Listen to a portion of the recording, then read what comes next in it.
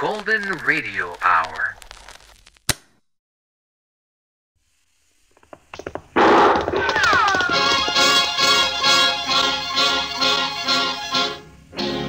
Around Dodge City and in the territory on West, there's just one way to handle the killers and the spoilers, and that's with a U.S. Marshal and the smell of Gunsmoke.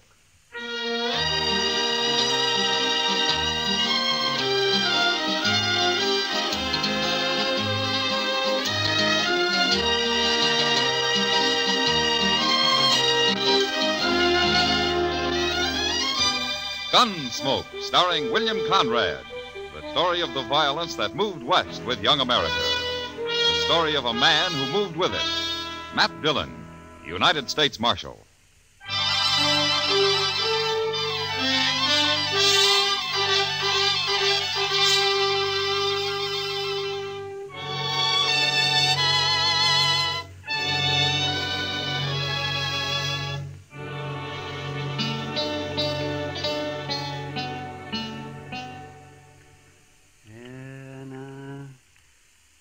Hold tight now, Matt.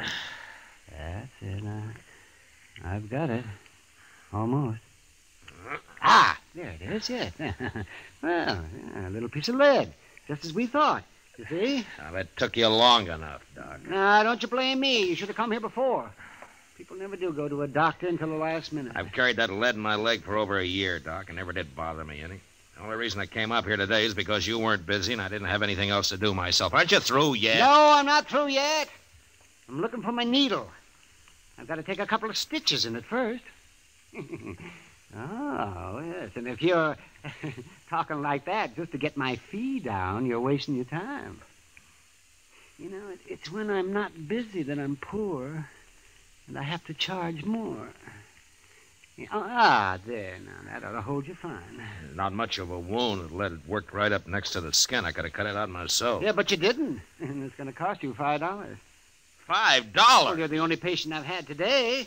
I got to make out somehow. Oh, hand me my pants, Doc. How is he, Doc? Oh, he'll live, Chester. Worse luck.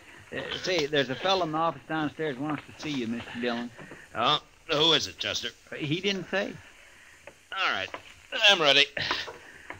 We'll finish our discussion at supper, if you like, Doc. Well, there's nothing to discuss, but I'll eat with you anyhow.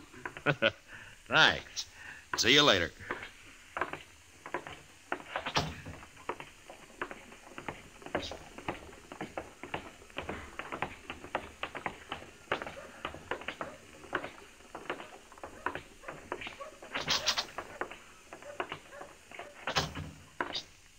Are you Marshal Dillon? I am. My name's Parker. I'm a special deputy representing the New Mexico Stock Raisers New Association. Mexico? Of course. Haven't you heard of the association? Yeah, I've heard of it. I was just thinking you're a long way from home, aren't you? Perhaps. Marshal, I have a warrant here for the arrest of Dane Shaw. Dane Shaw. I never heard of that name around here. We'll let the marshal handle this if you don't mind. Oh, we will, huh? Well, now, you're pretty high and mighty for just a Easy, doggone... Chester, easy. Here's the warrant, Marshal. Who issued this, Mr. Parker? We had Judge Blent of Santa Fe issue it. You had him issue it? Well, no. What I mean is we, read it. Read it. Yeah. It's got the judge's name on it and its seal. That looks okay to me. What makes you think this Dane Shaw's in Dodge? I didn't say I thought he was in Dodge. You're the one looking for help, mister, not me. It's a warrant, and you're a marshal. And we think Dane Shaw may be in or near Tascosa. Tascosa? That's a long ride from here, Mr. Parker. Isn't there someone closer than I am? No, I was told to deliver the warrant here. I see. Oh, what's this Shaw wanted for, anyway? Rustling, murder, banditry. All of that? He once rode with Billy the Kid. Does that explain it? Not quite, Mr. Parker. We hold those men equally responsible. Every one of them. We? The Stock Raisers Association. And others. Ah, I see.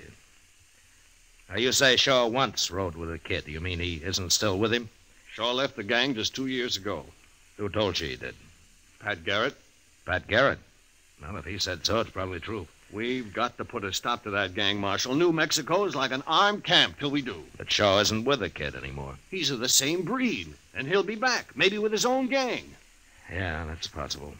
In any case, the man's wanted, and you have the warrant. Why don't you come down to Tascosa with us, Mr. Parker? No, that's not my job. I'll wait right here in Dodge. Yeah, I thought so. Any idea what Dane Shaw looks like? 6 feet, black hair, about 180 pounds. That's not much help. Anything else? They say he has a knife scar across his ribs on the left side. Well, that's something. Where's he from? Who knows where any of those men come from? They all lie, anyway. Why, they say Billy the Kid claims to have been born in New York. Well, maybe he was. Oh, nonsense. How do you know? Well, I was born in New York, for one thing. And you couldn't both have come from the same town. I'd hate to think so, Marshal. All right, Mr. Parker, you keep nice and cozy here in Dodge, and we'll ride down to Tascosa for you. Now, Marshal, I don't think that's quite called for. Chester, go get our horses. Yes, sir, Mr. Dillon.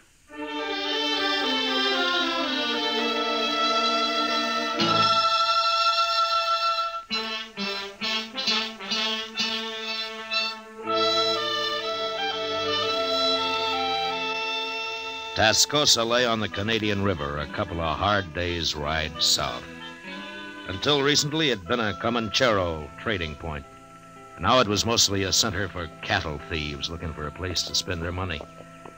I hadn't been there for several years, and when we rode in, I was surprised to see how much the town had grown. Now, at least they got some trees down here, Mr. Dillon. Yeah, and a couple of new buildings under them, Chester. It looks like there's another one being started. It's going to be a big one, too. Doesn't look like a house, though. I wonder what it is. Now we can ask in the saloon over there. The Red Deer. That's a pretty fancy name. Maybe we can find out if there are any respectable citizens in this town. There don't seem to be anybody here at all, sir, respectable or otherwise. How about that? Oh. I sure could use a drink, Mr. Dillon. Well, I figure we've earned one.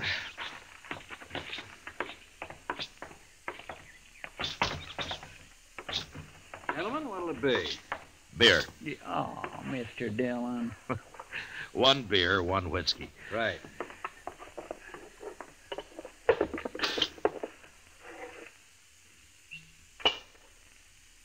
There now. That's the best looking thing I've seen yet in this town. Here's how. Tascosa's changed some. You been there before? Yeah, some time ago. What's the new building they're putting up? Oh, that's going to be a schoolhouse. A schoolhouse? In Tascosa? There's a few men have moved into town with their families. Kids need a school, so it was Nat, of course, got it organized. Nat? Nat Temple, he owns the Red Deer here. Oh, I see. He must be sort of the leading citizen here, then, huh? In most ways, I suppose he is. Mm-hmm. I'd like to talk to him. Where is he? Out back, building a fence. Door's right there. Oh, thanks. There's your money. See you later. Sure.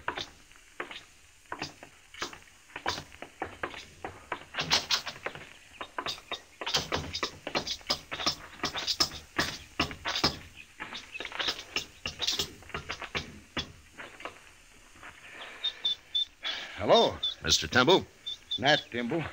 I'm Matt Dillon, and this is Chester Proudfoot. I'm glad to know you. Barkeep told us that we'd find you out here. That's Mike Parsley, a good boy. I gathered from him that you were the right fellow to come to, Mr. Timble. What can I do for you? Well, I'm looking for a man. You are? Why? I'm U.S. Marshal, Dodge City. We don't get the law down here often, Marshal. No. Man I'm looking for is Dane Shaw. Do you know him? Nobody by that name around here. Oh, I expect he's changed his name. And how are you going to tell him from anybody else? He's 6 foot tall, black hair, weighs 180 pounds. Could be most anybody, that build. He's got a scar across his ribs. It isn't often you see a man without a shirt, Marshal. What you want it for? He used to ride with Billy the Kid. He quit, but they think he might be planning to return to New Mexico with a different bunch, one of his own, maybe. Then it'd be better to stop him now, if that's true. Well, I agree. That's why I'm here. Well, wish I could help you, Marshal. What are you going to do? I don't know. Stay around for a day or so, I guess. Maybe I'll hear something. Fine. You know, it'd be too bad since that fella quit the kid if he went back to the same old outlaw life. Sure. But he probably will. Men don't often change. Some do if they get the chance. Take Mike Postle in there, the barkeep. Oh? What about him? Mike used to carry a gun for Harry Gunter. Gunter calls himself a rancher down here, but he spreads a mighty big loop. You mean he's really a cattle rustler? Yeah, everybody knows it, but nobody's proved it yet, and one reason was because of Mike. He sort of kept everybody off Gunter. How? Mike Postle's pretty fast with a gun. I see. How come he's tending bar for you, Temple? Well, I'll tell you. He have decided himself to stop working for Gunter, and one night he was telling me about it, and I helped him decide the rest of the way. Ah. And then you gave him a job, huh? That's right, Marshal. He'll make out fine if Gunter lets him alone. Well, that was decent of you, Temple. I hope it works. But being a lawman, I suppose you don't think it will. Well, a lawman isn't all bone, Mr. Temple. Lawman could arrest Mike Postle right now for what he's done. You can't arrest everybody. But anyway, if I were handling it, I'd go after the head man, Gunter. They don't seem to think you're way over in New Mexico. Well, I hear Pat Garrett's after Billy right now, and he'll get him with any luck at all. Pat's a good manhunter. Maybe. But they also want this fella Dane Shaw. Yeah, there's a warrant for him signed in Santa Fe. Yeah. If Pat does stop Billy, there's no point in letting Shaw come back with a new gang. If that's what he aims to do. Well, he might have it in mind. Well, Marshal, that's your problem. Right now, come on inside and have a drink on the house. Oh, thanks, Mr. Temple. It'll be a pleasure. And then I'll tell you where you can get something to eat that won't poison you. Say now, I think I'm going to like Tascosa after all. Sure you are.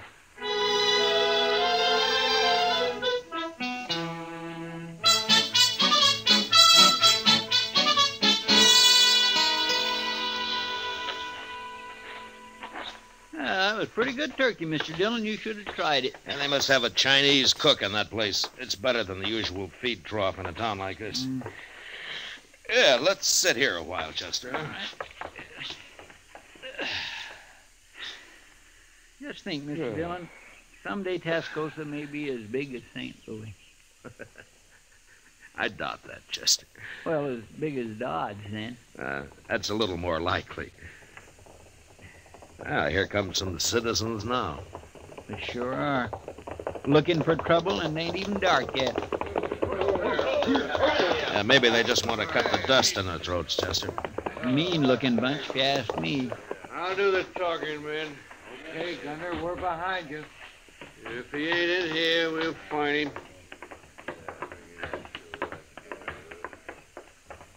Did he say Gunter? Yeah, I did, Chester. Come on, let's watch this.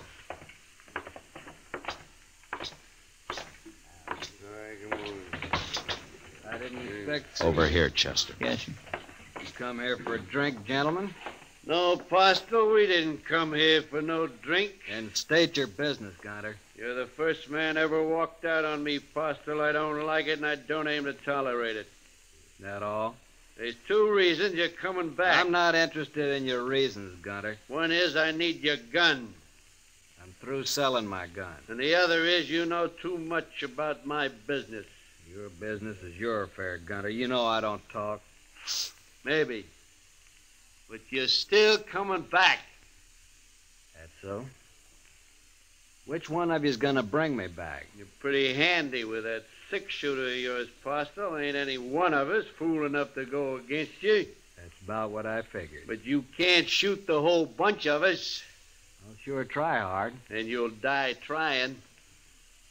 I'm telling you, Postle, be back in camp a day after tomorrow. We ride in after you. Wait a minute, Gunter. What do you want, Timbo?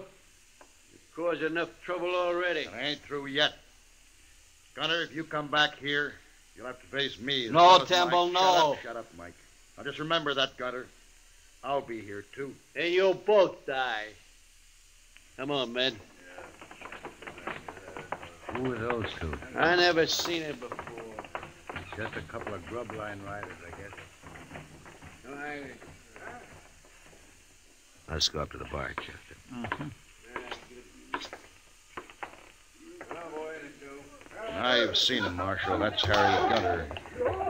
Well, Gunter's not my business, but I wish you luck with him. Mike and me'll face him down. I'll face him, Temple, not you. No, I helped get you in this. By heaven, I'll see you through it. It's not your fight, I tell you. It's my fight. I believe any man who wants to make a change deserves all the backing anyone can give him. I'll see you get it. You'll just be killed for nothing. Besides, you're a married man. Being married has nothing to do with it. Maybe we'll both be killed, but that's better than giving in to a man like Gunter. Mike, I never told you going straight was easy. You should have been a preacher, Temple. I'm going to get my supper now. I'll be back in a minute. I'd make a fine preacher, I would. But if business don't pick up some here, maybe I'll have to give it a try.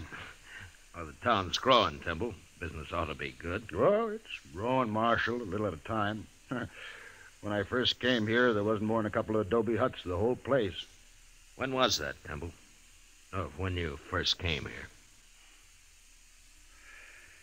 1 year and 9 months exactly, Marshal. Now, if you'll excuse me, I got work to do. Let's get some air, Chester. All right.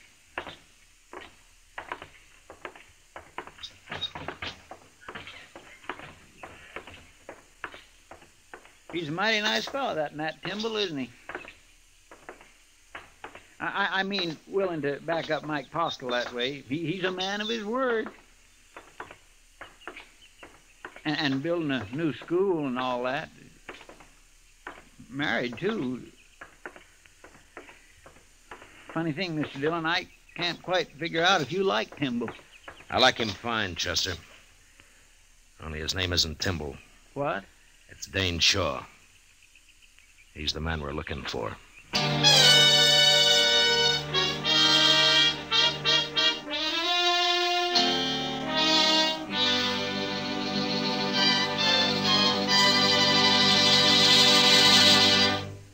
We will return for the second act of Gunsmoke in just a moment. But first, tomorrow night on most of these same stations, CBS Radio presents Dick Powell in the role of Richard Diamond, private detective.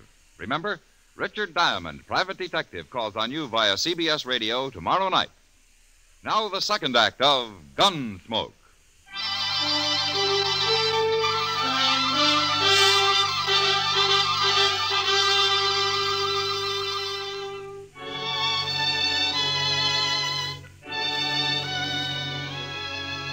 The idea of taking a man like Nat Timble in and sending him back to New Mexico to face a jury of scared and vengeful cattlemen didn't sit too well with me. Anyway, I decided I had to wait it out at least until Harry Gunter made his play. 2 days, Gunter had said.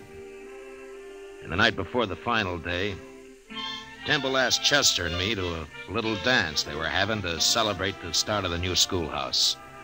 And there we met Ms. Trimble.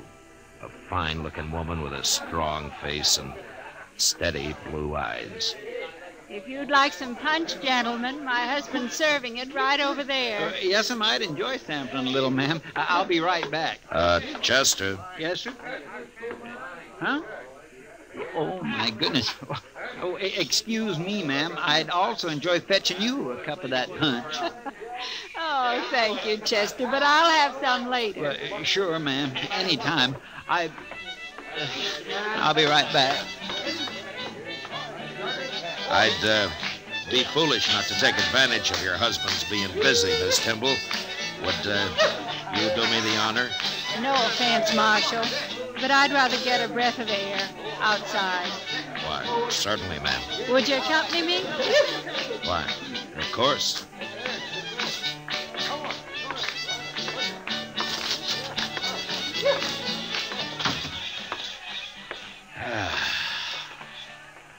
Nice evening. You think it'll hold, Marshal? Oh, it won't rain. Not for the next couple of days, anyway. That's not exactly what I meant. I was wondering how nice tomorrow evening will be. Afraid I don't quite follow, ma'am. After Harry Gunter and his gang ride in. Oh.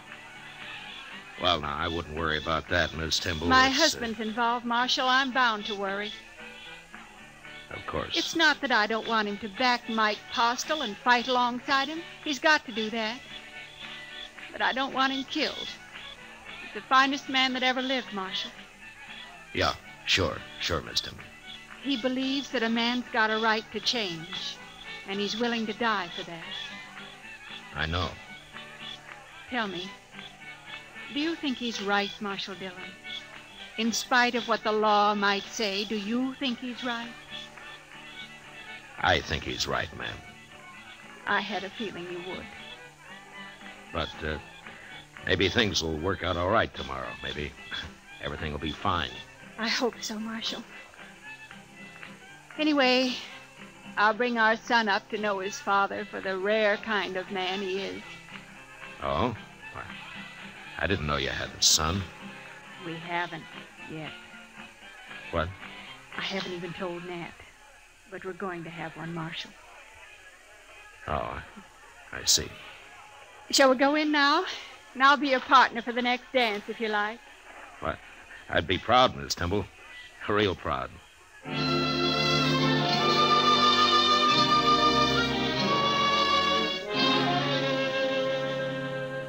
Next morning early, Chester and I saddled up and rode out past the edge of town to the south.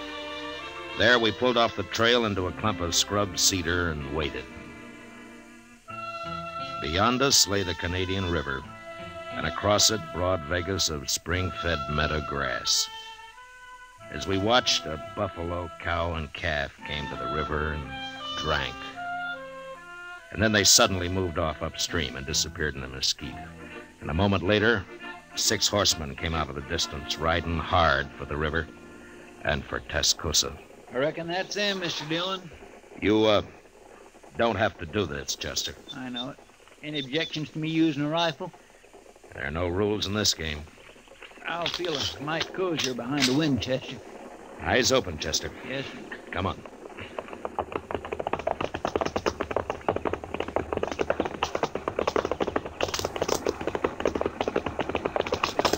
All right, hold it, Gunner. Oh, who are you? I'm a U.S. Marshal. My name's Matt Dillon. Them's the fellows we thought was bums, Gunner, the other day at the Red Deer. Yeah. Get off the trail, Marshal. You got no business with us. Turn around and ride back where you came from, Gunner.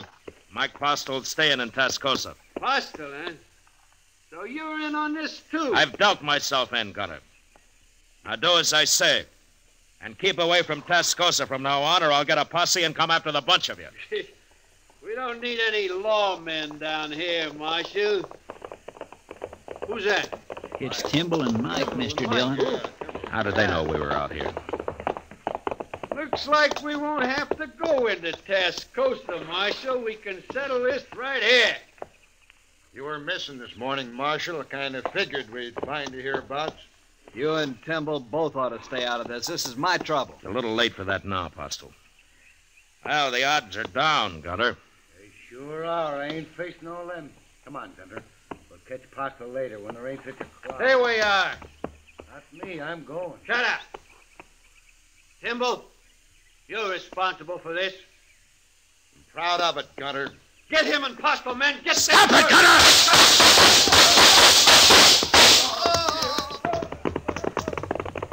Should we go after them 3? No, let them go, Chester. They won't be back. Temple's been hit.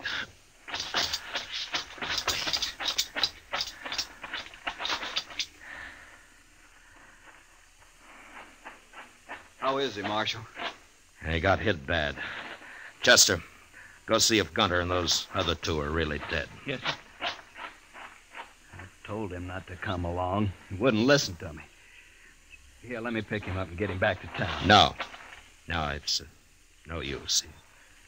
He's done for, Postle. Are you sure? He was dead before he hit the ground. We finished him, sir. All 3 of them. It'd take more than 3 of them to be worth that Timble. I'm sorry, Postle. Done enough for me already. Why do you have to come here? This was my fight, not his. No, Postle, not the way he looked at it. You see, Temple himself went straight a couple of years back. He did? Yeah. I came down here carrying a warrant for his arrest. You ain't going to be able to take him in now, are you, Marshal?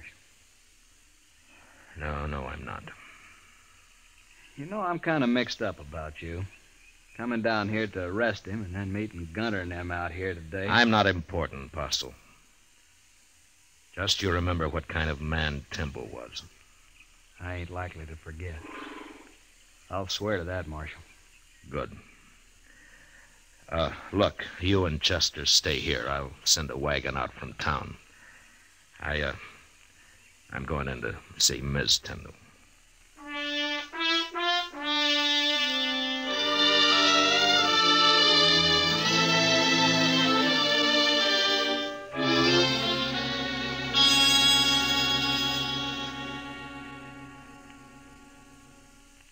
You'll be going back to Dodge now, Marshal. Yes, ma'am, I will. I want to thank you for trying to stop it. It's my job. No, not quite. Well, I guess Mike'll have to run things now. He's a good man. He'll make out fine. Sure. Tell me one thing, Marshal. Yes, ma'am. I know you came here to arrest my husband. I figured you did. If this hadn't happened today, would you really have taken him back? Miss Timble, I don't know. But I'll tell you one thing. If I had, it'd have been my last act as a lawman. You mean you'd have quit after? I'd have quit. If you're around in Tascosa again, Marshal, come and see us. Me and the baby.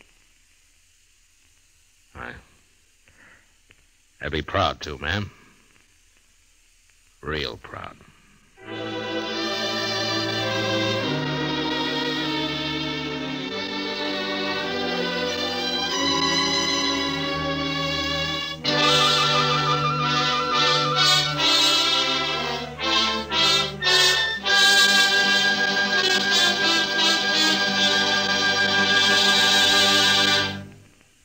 Gunsmoke, under the direction of Norman MacDonald, stars William Conrad as Matt Dillon, U.S. Marshal.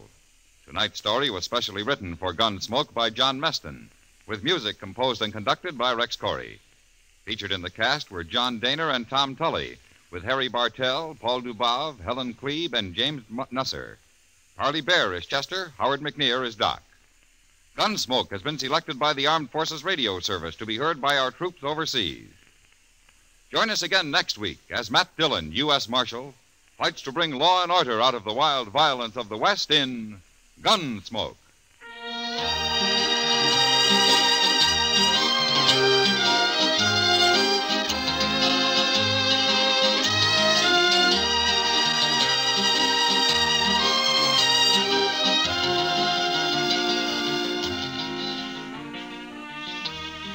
Tennessee and Virginia are the home states for CBS Radio's Saturday Night Country Style, just a bit later tonight. That's where the rural rhythm's coming from, but it's going out all over the country on most of these same stations. This is George Walsh speaking, and remember, you'll find Western adventure and music with Gene Autry Sunday evenings on the CBS Radio Network.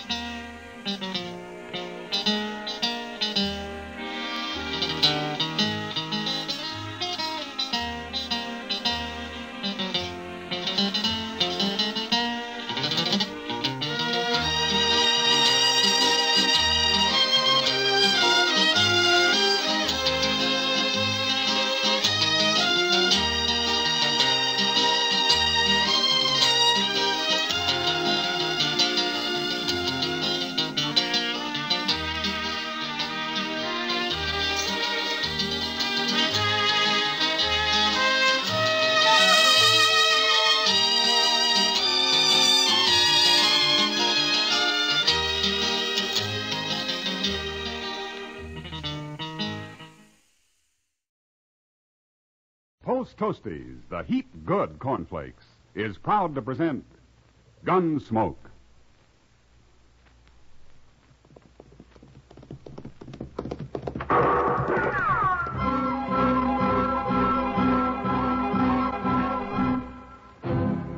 Around Dodge City and in the territory on west, there's just one way to handle the killers and the spoilers, and that's with a U.S. Marshal and the smell of Gunsmoke.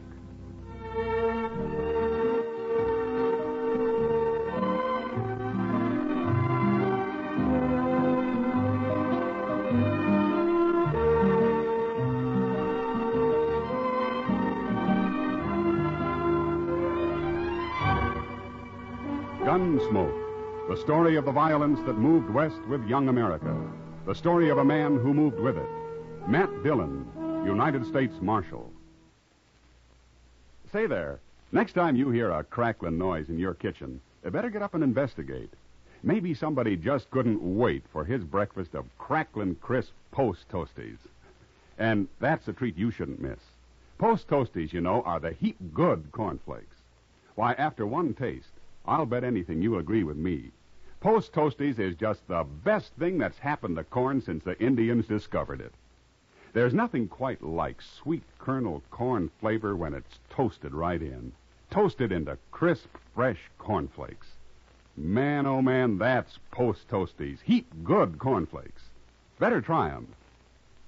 And now, Gunsmoke, starring William Conrad.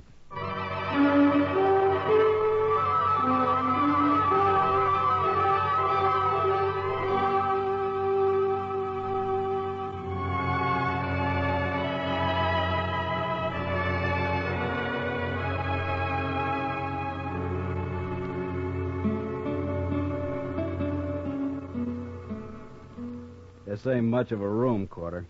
Take a look out the window. It ain't much of a town. Wouldn't need a whole lot more dust down there. You couldn't see Dodge at all. That'd be an improvement. But things will work out. They always have, haven't they? You got a short memory, Quarter. Didn't work out so good up in Deadwood. Well, at least we didn't get shot. Now, things will go better here. I hope so. What kind of lawman they got here, I wonder? Well, we'll soon find out. Ought to be along any minute now. I sent word we'd like to have a talk right away at the hotel here.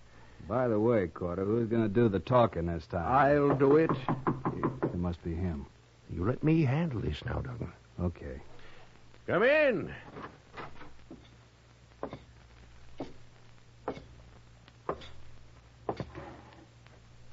My name's Matt Dillon.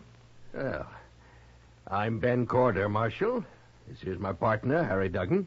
Hello. Good night, Marshal. You asked me to come here. You said it was urgent. Oh, it is, Marshal, it is. You see, Duggan and me, we're business partners. And whenever we come to a new town, like Dodge here, we like to get to know whoever's running the place. That way we figure there won't be any misunderstanding later on. Well, what is your business, gentlemen? We're gamblers. Oh? Now, what do you want of me? Dodge is an open town. We make money gambling, Marshal. Sometimes a lot of money. We just want you to know in advance that you'll get your share of it. I'm a lawman, Corder, and as long as I am, there won't be any crooked games in Dodge. Oh, no, Marshal, you know how sometimes a player will lose a little money and start a fuss over it, and then maybe even go to the law about it. And when he does, he's usually been cheated. Before he gets to the law, there's another killing. Now, you can run your game, Corder, but you keep it straight or out you go. Both of you. That's not friendly, Marshal. You've made one mistake, trying to bribe me. You make another and you're through in Dodge. One of those hard-nosed marshals, huh? You'll find out soon enough, mister. Good day, gentlemen.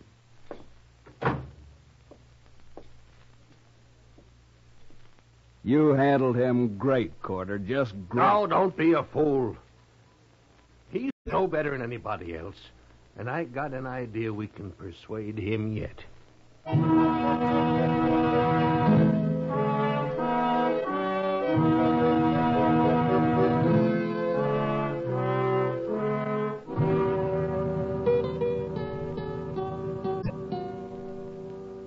Chester, Yes, sir? how's the prisoner? Oh, he's all right, Mr. Dillon. Just sleeping off his drunk. Well, it's late. I think I'll get out of here and go to bed. Don't forget to put the lamp out before you leave the office, Chester. No, sir, I won't. Get up! You see anybody? You want a rifle? No. Stay where you are. All right, you can crawl over now and put that lamp out, huh? But stay low. Yes, sir.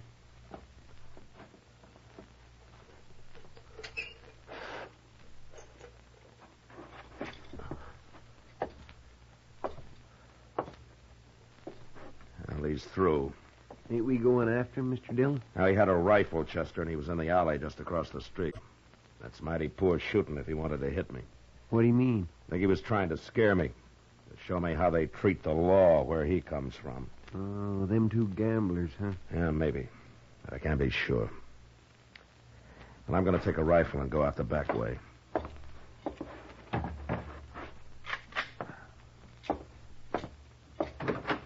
I'll see you tomorrow, Chester. Yes, sir.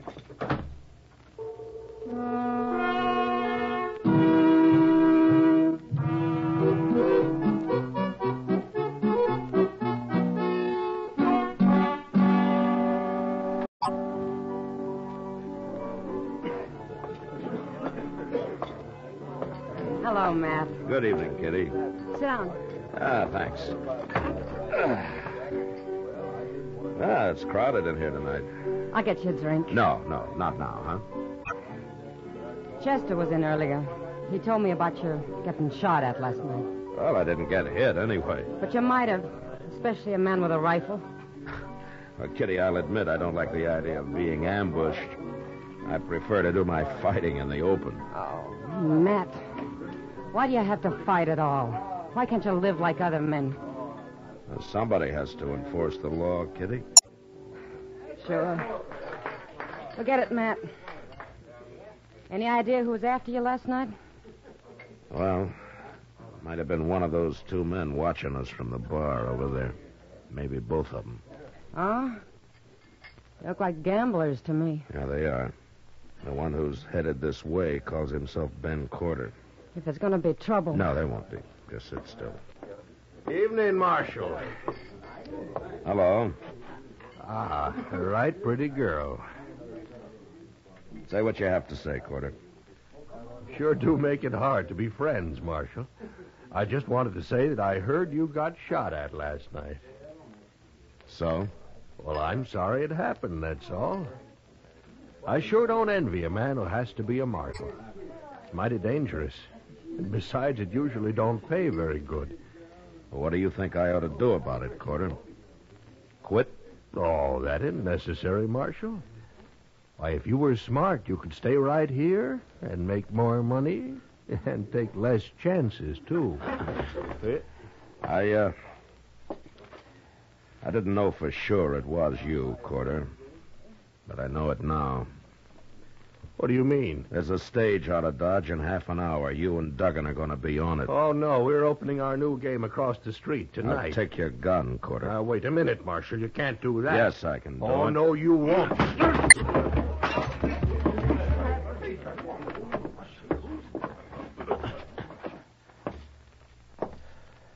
All right, Duggan. I want your gun next. Sure, Marshal. Sure. Turn around and put your hands on the bar.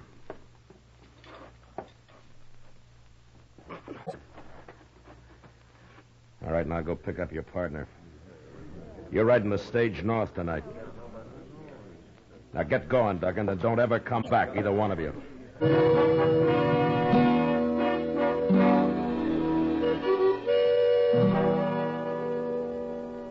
They got on the stage, all right. I was there to see them do it. And just before it pulled out, I unloaded their guns and tossed them into the floor inside. And then they left, and I forgot about them. I figured these two, like so many others I'd run out of Dodge, would keep going and make their trouble somewhere else. But a couple of weeks later, I found out I'd figured wrong. I was walking up Front Street one evening with Doc. That Humboldt woman was in to see me again today, Matt. Well, you're usually complaining about a shortage of patients, Doc. I know, but this woman's not a patient. She's a suicide. Oh, Doc, that might be said of anybody who comes to you. Eh? Oh, no, I'm going to remember that, ain't I? Mr. Dillon? Oh, hello, Doc. Oh, hello, Chester. Say, they're right inside the Alfreganza there, Mr. Dillon. I just saw them. No? Who'd you see, Chester? Them gamblers, Carter and Duggan, and they got somebody else with them, some stranger. Oh, no. I'll see you later, Doc. Sure, Matt, yes.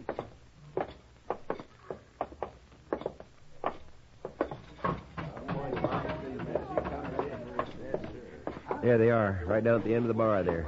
All three of them. Well, I'll be. Here he is. Here he is, Toke. This is him. Wow.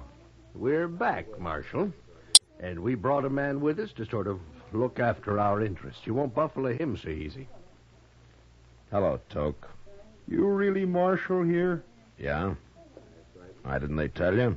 I didn't mention no names. What are you two talking about? What is this? Toke Marlin and I are old friends, Carter.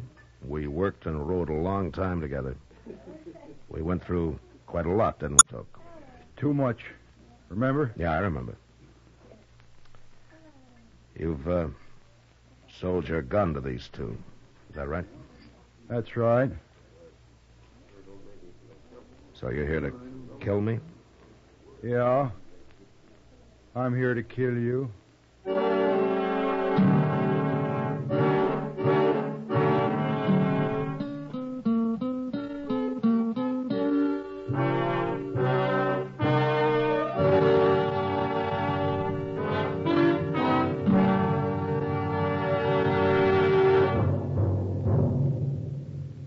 Say, how are morning appetites at your house?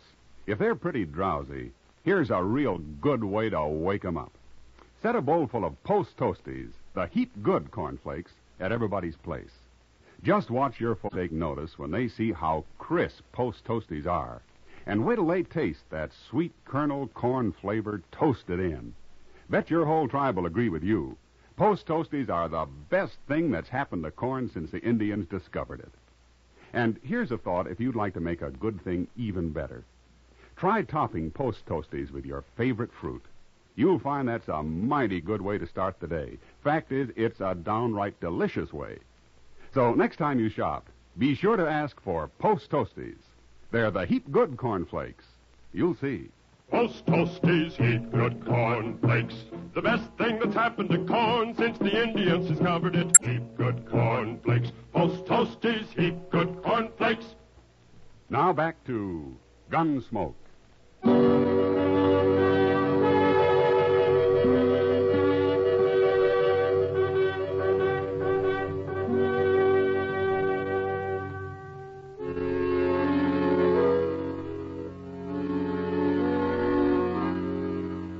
It was a bad feeling to meet Toke Moreland again after some 15 years and to have him standing at the bar of the Alfreganza, hired by a couple of crooked gamblers to kill me. Toke and I had run horses together over in New Mexico until the night we rode into Silver City and got taken by a drunken mob and beaten half to death. It didn't matter who they were after or why. The next day, when they found out that we weren't the men they wanted, it was too late. Something had gone wrong inside Toke. And as soon as he was able, he rode off without a word. I never saw him again. Until now. How long you been a marshal? Long time, Toke. I never figured lawman for much. I want to talk to you, Toke. Come on over to the table. Oh, no, you don't, Marshal. Shut up, No, you... Carter. Come on, Toke. Sit down. Is this your profession now? Shooting people? Oh, I gamble a little. Why do you do it, Toke? I don't like people much. Not after what happened in Silver City. You recovered from that beating? We both did. We were young. That was a long time ago. Maybe my memory is better than yours. No, that isn't it. We both changed after that, Toke. We sure did. But we changed in different ways. You hate everybody. I just hate mobs. I guess that's one reason I became a lawman. There was a lawman helping them that night in Silver City. He was the sheriff. There are good sheriffs and bad. Like marshals. I suppose. It's kind of too bad you're a marshal, Matt. You're going to go through with this anyway, is that it? I'll never back off from a fight. What if I won't fight you? You don't have to. I get paid anyway. But you'll have to leave Dodge. You think I'll do that? No. But I'll give you 24 hours to think it over anyway. All right. That gives you 24 hours, too. I don't change. Talk's nothing to me. Money is, huh? It adds to the pleasure. You'd, enjoy shooting me? You ain't Matt Dillon. You're a U.S. Marshal. No, Toke, you're stupid. You don't think. Maybe, but I'm a pretty good gunman. Yeah, sure. Matt, you can let Corder and Duggan run their game here, or you can quit. It's a crooked game. There'd be fights. Men would die. No, I got a job, too, Toke. 24 hours, Marshal. Okay. 24 hours.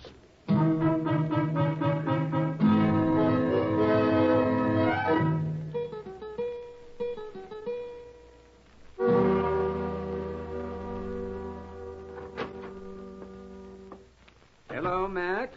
Chester? Hello, Doc. Doc? You're looking mighty glum today, Matt. Am I? You should be. Why? Well, I've been over to the Dodge House. Mr. Reisling's down with the gout again. And there's a lot of talk, Matt. I know you must have your reasons, but people are sure wondering what those two gamblers are doing back in town again. Well, that'll all be settled tonight, Doc. Well, I'm glad to hear it. Don't go to bed early, huh? We might need you. Yeah? A fight, man? Why, you didn't have any trouble with them before. Why, you... Oh, that other fella they brought with him. Yeah, that one. Ain't there no way at all to stop him, Mr. Dillon? I've been trying to think, Chester. If there's anything in this world I hate, it's a paid gunman. I got no use for a man that can be bought for money. Money's important to Toke, but I don't see how... You know where Toke is now? Well, he was in the Texas Trail a little while ago. Good. I'll be back later.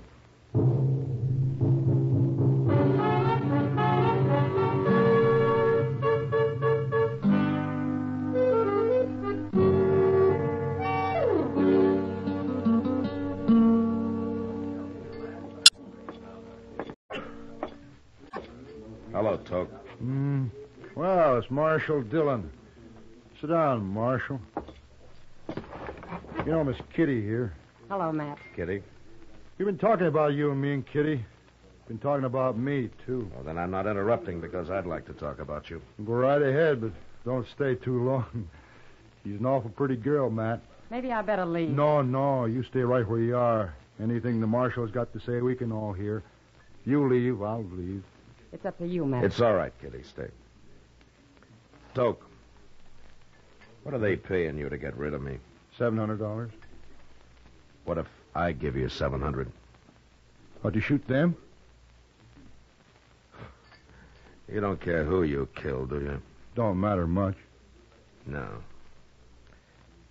All right, I'll give you $700 to clear out of here and forget this whole business. You have changed, Matt. You sure never were a coward in the old days. Is that what you think? Well, so does Kitty, don't you, Kitty? Don't tell me what I think, mister. She's full of fire, Matt. She deserves a real man. Ah. No, I think I'll get my money from Corder and Duggan. I don't want to leave Dodge. Not till Kitty and me get a little better acquainted anyway. Now I am leaving. You're no good, Toke. You're really no good at all anymore. Wait till 8 o'clock, Marshal. We'll see about it then. Sure.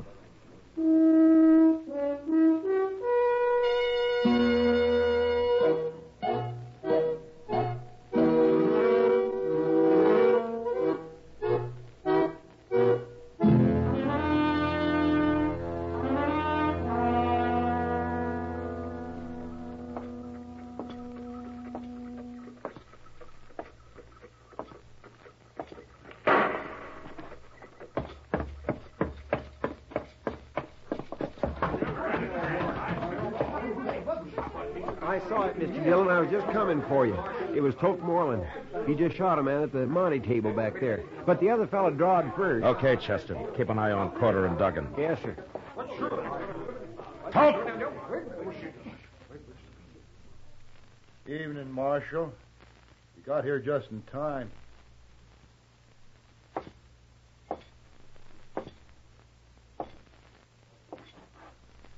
Did you kill that man, Toke? I killed him. Why? He objected to the deal, tried to pull a gun. It was self-defense. But that don't matter none. A crooked deal always leads to killing. That's why I'm running your friends out of Dodge. You ain't running us out of Dodge, Marshal.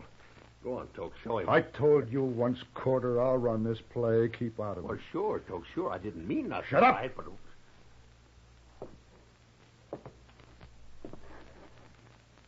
I guess you ain't a coward after all, Matt.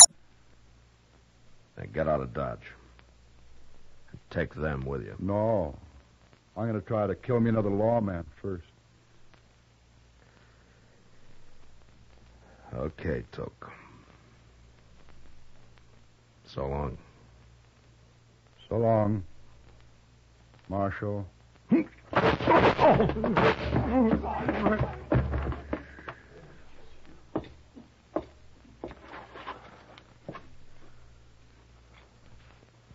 I'm hurt, Matt.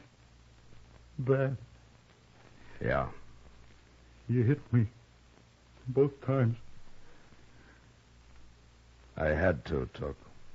It's too late to do anything about it. Yeah. Yeah, it's too late. By heaven, I wish I had last week back again, Matt. Here it is. Huh?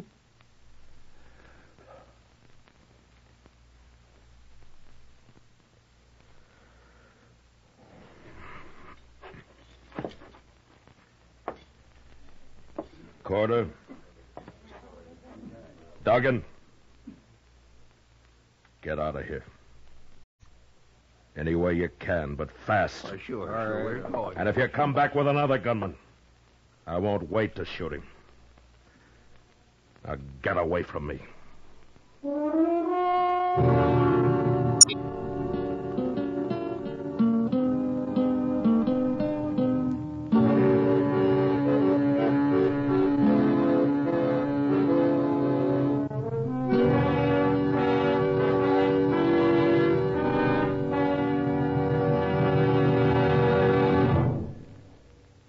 In just a moment, we'll tell you about next week's adventure on Gunsmoke.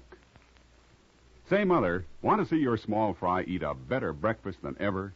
Well, may I suggest that you dish 'em up some sugar crinkles to start with? Sugar crinkles, you know, make breakfast more fun than a circus. Sugar crinkles is the sugar rice treat that's just right sweet.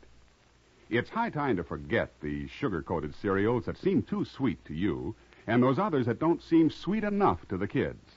Just pour out crisp, golden sugar crinkles and see how just right sweet a sugar-coated cereal can be. Just right sweet. Be sure to get several packages of sugar crinkles, because they're great for snacks, too. Kids love 'em that way. Kids love 'em anyway. Try sugar crinkles, and you will, too. For your breakfast or a snack, you love sugar crinkles. Sugar crinkles can't be beat. Sugar rice treat that's just right sweet. With milk, what a breakfast joy. As a snack from the pack, oh boy! Can't be beat, just right sweet. Sugar crinkles good to eat.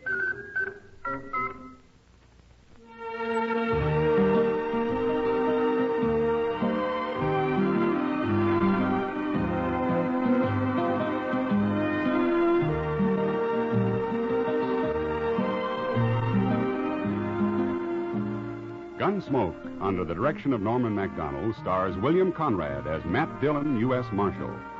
Tonight's story was specially written for Gunsmoke by John Meston, with music composed and conducted by Rex Corey. Featured in the cast were John Daner, Harry Bartell, and Lawrence Dobkin. Parley Bear is Chester, Howard McNear is Doc, and Georgia Ellis is Kitty. Ken Peters speaking. Join us again next week as Matt Dillon, U.S. Marshal, meets two brothers who want to stop his fight to bring law and order out of the wild violence of the West in Gunsmoke.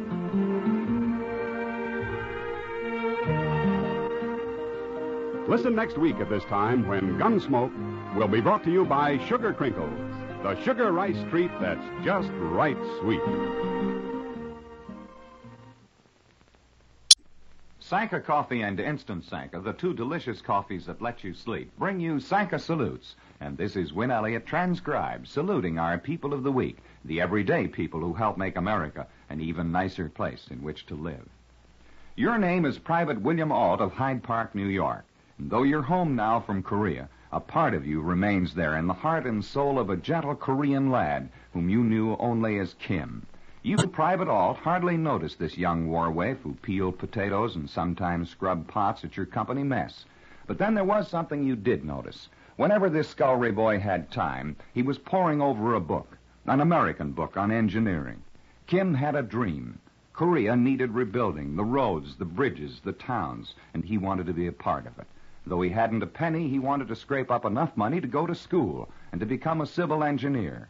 And not long after that, you, Private Ault, were ready to go home to America, where the schools are free and the bridges have been built. But you had one beautiful goodbye gift for your little friend Kim. You found a school for him, and you paid the tuition. Thank you, Private Ault, for having been in Korea in the first place, for having understood one little boy's yearnings, for having helped. And in his name, we proudly send you, Private William Ault, this Sanka salute.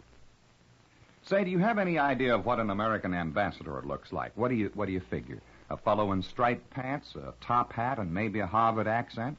Well, my favorite American ambassador this week is a New York City taxicab driver, and his name is Joe Burns. Ambassador Joseph Burns, that is.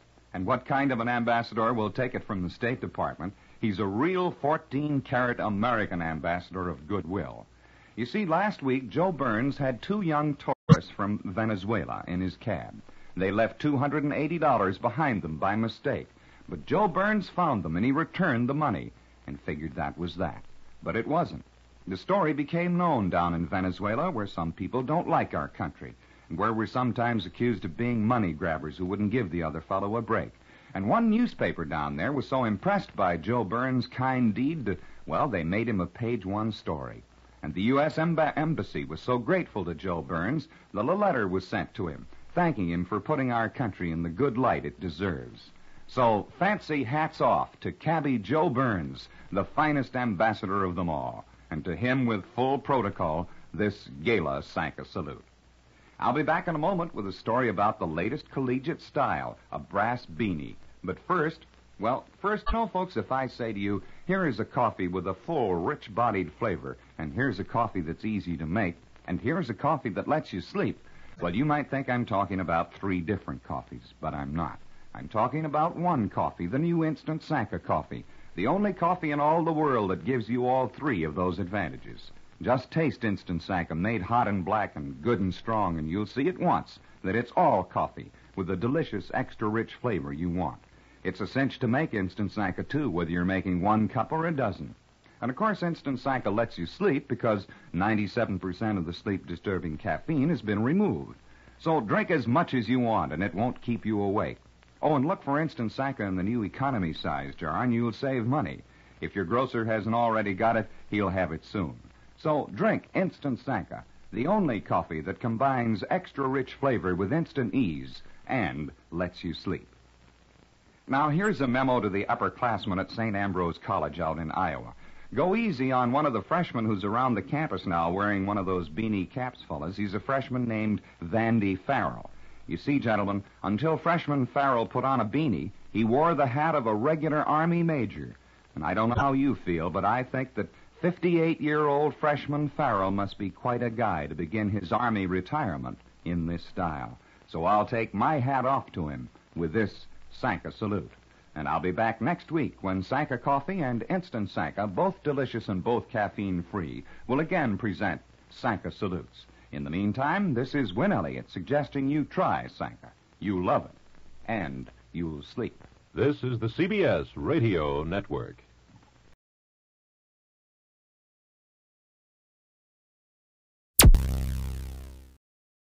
Thank you for listening.